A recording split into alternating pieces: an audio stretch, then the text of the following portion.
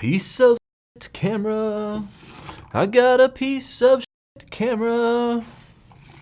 It's a piece of shit. It never records you very far. It's a piece of shit.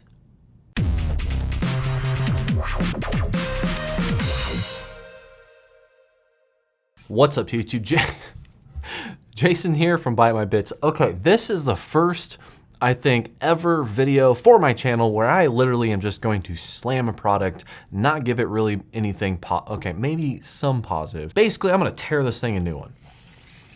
Right here. This thing is an INSMA, I-N-S-M-A, 1080p wireless IP camera. Now this thing is PTZ. You can control it from your phone. It's got a little slot in the back, so you can put a micro SD card into it. And it kind of looks like, I don't know, like a new age robot or something.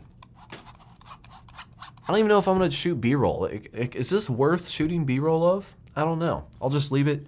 I'll leave it right here for you to take a look at. I've had this thing for weeks now. I think it probably mid-December. And I've been off and on trying to get this thing to work. And let me tell you a little bit about this. Like I said, 1080p, pan, tilt, zoom. Awesome. It's got a micro SD card. Amazing. It's powered by a 5-volt DC in. So you could either run this off like a power bank, like a little portable battery, or just any USB port on a computer or whatever. I mean, it's got a lot of different power options. The problem is, and this was the first miss for me, and this is huge. I don't know why, you know, companies like to do this. They lock down their system and they don't use standards out there. Standards like ONVIF, basically allowing this thing to be connected to from a software like Blue Iris. You cannot use your own NVR software to connect to this thing. It will not work. You have to use their app. You have to sign up for their accounts. You have to like feed into their whole little bubble in order to use this thing. Okay, so gripe number one, not a big deal. I still wanted to look at this thing objectively and see,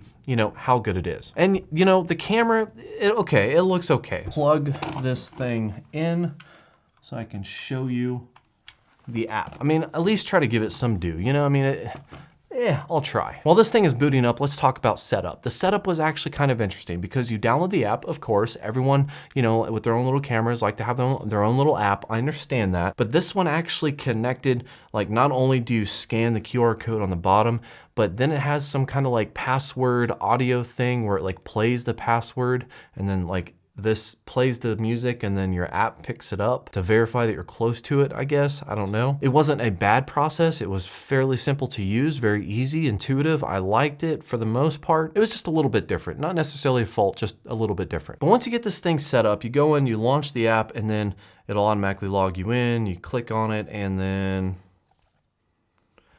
boom. It has pretty good footage, okay? I'm not gonna say that it has a crappy camera. It's not the best camera, but I'm not gonna say it has a crappy camera. And the PTZ is easy too, because you just like move the screen, right? And it automatically, just from that, it'll move for you. See that? Right there? Yeah. It's jelly. So this is easy to use, up, down, left, right, whatever, pretty easy to use. And that's great if you want to just use this camera with this app, that's great. My problem is though, is that I cannot get this thing to record motion to save my life. I've reset this thing 100 times. I've taken it to factory reset. I've reset everything back up. I've used multiple different cards in the back and I cannot get it to motion detect and record. I even tried to email the person who sent this to me and they were like, oh, we want to log into your device. Just give us your password. I'm sorry, but I'm way too protective of my network. That is not going to happen. And I did not get a solution after that. So that's why I'm making this video. But since we're here, I will at least try to give you some kind of a test footage because I can test out to make sure that my SD card is recognized and usable by this because I can manually trigger this thing to actually record.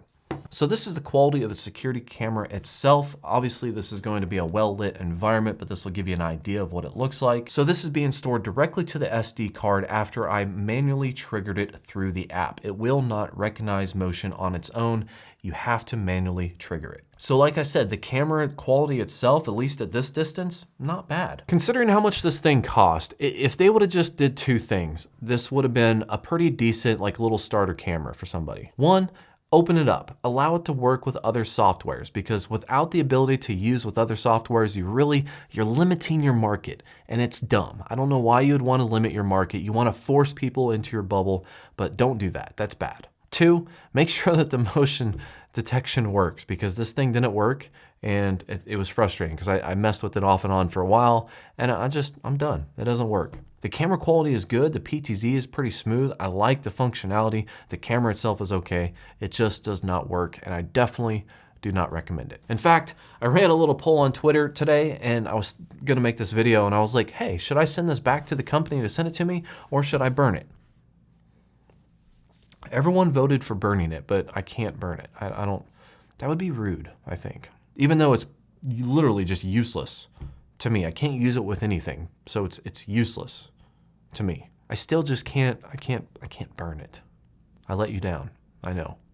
So anyways, guys, links below if you want to check out more about the camera. I'm not gonna, like put a bunch of effort into this video because I literally almost shelved this and sent it back or whatever. So I figured, hey, why not make an honest video saying this thing is a piece of crap rather than sending it back to the company and maybe somebody out there looking for cheap cameras would run into this thing and buy it and then realize it's a piece of crap.